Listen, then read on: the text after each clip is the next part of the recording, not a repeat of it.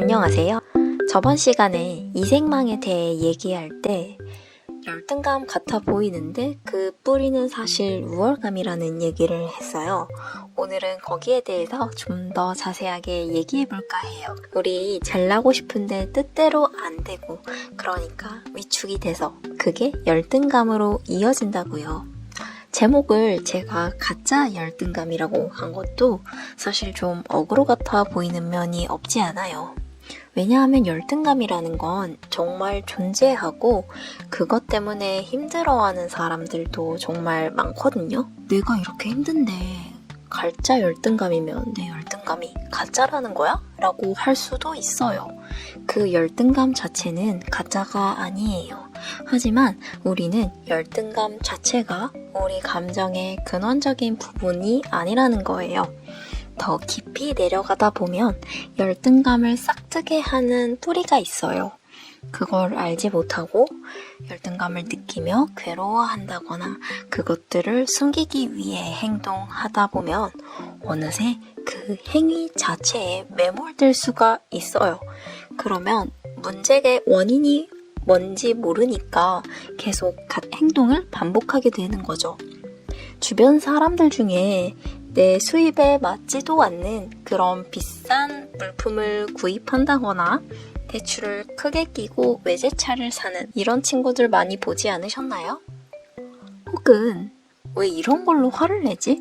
싶은 일로 예민하게 반응하거나 화를 내고 이런 것들도 일종의 열등감의 표현이에요.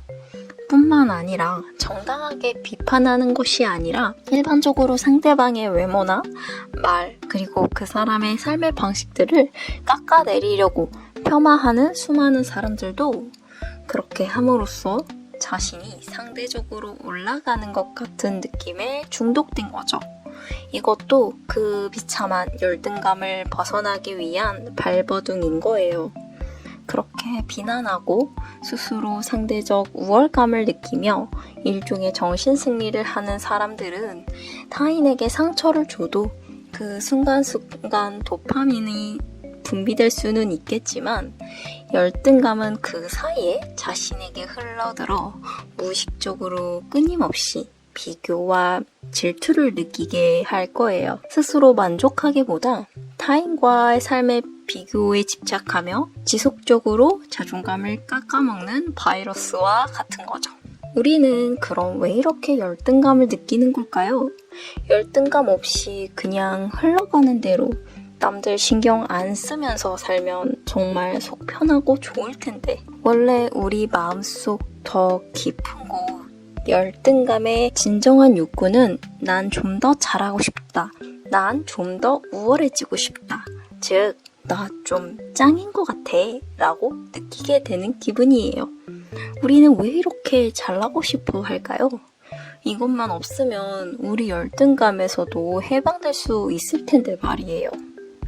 우월감이라는 게 우리가 지금 살아있는 생존 그 자체이기 때문이에요.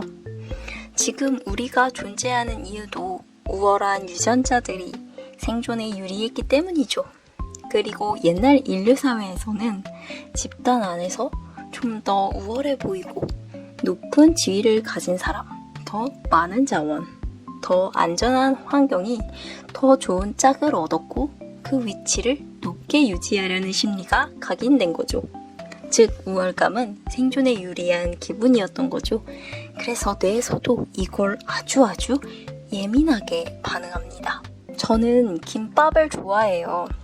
김밥을 그냥 좋아하는 게 아니라 평생 김밥만 먹어도 질리지 않고 먹을 수 있을 만큼 김밥을 아주 좋아합니다.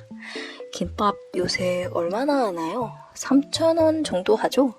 그럼 하루 3끼에 10,000원도 안 하고 저는 매일매일 맛있게 10,000원의 행복으로 누릴 수 있어요. 그런데 만약에 제 옆에 친구와 아침에는 맛있게 김밥을 먹었는데 점심에 그 친구는 한우 스테이크를 먹고 있어요. 그럼 제가 좋아하는 김밥을 과연 맛있게 먹을 수 있을까요? 소고기 김밥을 먹어도 그 충족감은 아마 채워지지 않을 것 같아요. 뇌는 절대적인 행복보다 상대적인 우위에 더 강하게 반응합니다. 이건 방향이 위쪽이든 아래쪽이든 동일해요. 즉, 상대적으로 내가 우열한 것도 고통스럽지만 상대적으로 우위를 차지하는 것도 아주 큰 행복감을 준다는 거죠. 만약에 제 친구가 소고기 스테이크가 아닌 그냥 맨밥에 김치만 먹고 있었다면 제가 평소에 먹던 김밥이 더 맛있고 소중하게 느껴질 거란 말이에요. 그리고 마지막으로 인간은 불안한 존재죠. 불안 역시 인간의 생존을 유지시켜주는 아주 소중한 감정이에요. 그렇지만 계속 불안하면 곤란하죠. 일상생활이 정말 힘들어져요. 불안이 도움이 될 때도 많지만 영화 인사이드 아웃처럼 불안이에게 조종대를 맡기게 되면 정말 감당할 수 없는 사건들이 휘몰아치게 돼요. 그 가장 큰 피해자는 바로 나 자신이 돼요. 그래서 우리의 우월감은 이 불안을 잠재워 줍니다. 본질적인 해결책은 아니고 임시 방편이긴 하지만 임시 방편이 우리 생활에 참 유용한 거 아시죠? 하지만 이것도 자주 사용하면 허세가 됩니다. 주변에 여행이나 명품, 자신의 자산을 은근슬쩍 자랑하는 사람들이 많잖아요? 그거 사실 다 불안해서 그래요. 나의 부족함을 숨기고 싶어서 임시 방편인 거죠. 이런 식의 우월감 표현은 건강한 방식이 아니에요. 진짜 건강한 우월감은 우리 성장에 도움이 되는 비료 같은 거예요. 식물이 자랄 때 비료를 안 준다고 안 자라는 거 아니잖아요. 하지만 비료를 뿌리면 더 건강하게, 더 튼실하게 열매를 맺을 수 있어요. 나의 진짜 우월감은 나는 해낼 수 있어 라는 믿음이어서 더 시도하게 하고 더 도전하게 만들어요. 그래서 삶의 뿌리를 더 깊고 단단하게 내릴 수 있게 해주죠. 그럼 여러분들도 진짜 우월감으로 건강한 하루하루 보내길 바래요. 안녕.